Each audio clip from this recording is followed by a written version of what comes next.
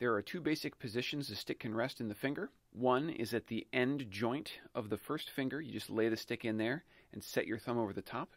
As you look down at your thumbnail, it looks like your fingers are crossing a lowercase t. This is a great position for playing quiet, doing sensitive buzz techniques, and small gestures with grace notes. This end of the first finger position is basically the same for everyone.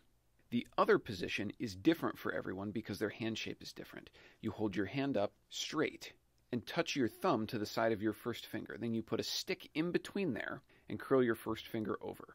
This position, much closer to the base of your first finger, is very strong because the rebound of the stick is absorbed into the base of the hand. So this is great for marching and for some styles of two-mallet keyboard and timpani playing.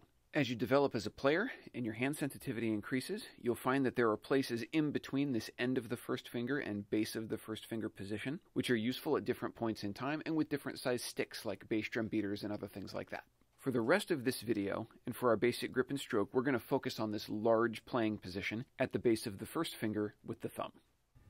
Hold up your hand and touch your thumb to the side of your first finger towards the base. Place a stick inside that connection point.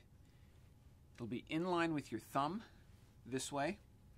This is going to be a different position for every person because everybody's hand is different. This is calibrated to your hand. Now curl your first finger, open and closed.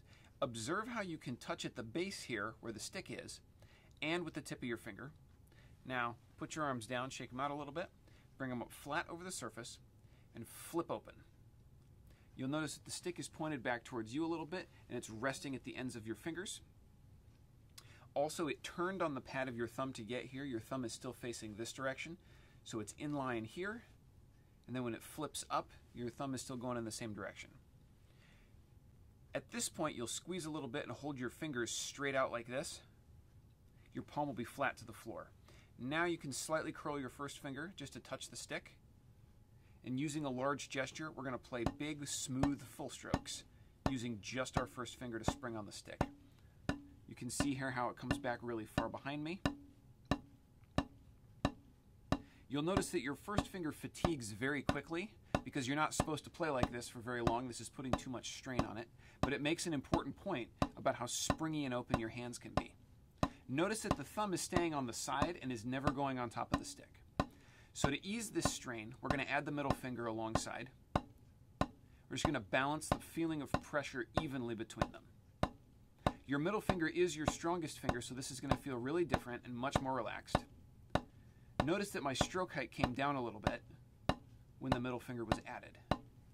Now I'm going to add my ring finger and balance that pressure again between all three. You'll notice the stroke height reduced again, although it is still tilting back towards me and is past vertical. Check your thumb on the side now. Should still be over where it started. It should never go on top. Some people at this stage will try to turn their hand in a funny way and stick their thumb on top of the stick. It should not be over there. It should remain on the side. If you need to at this point, you can go back to your initial thumb and first finger connection and rebuild this. The last thing you'll notice is my pinky sticking out over here, so we're just going to bring that alongside the rest of the fingers. It may or may not contribute depending on how long all of your different fingers are. In my case, the pinky makes it to the stick but doesn't really do much of anything in an open position. What you want to avoid is your pinky sticking out in space like this. If that's happening, it's because something up your arm is pulling on it. This is not a natural position for your pinky to be in, sticking out like this. If something is pulling on your arm like that, it means that later on you're going to have some issues in your efficiency of motion, or you could potentially be injured.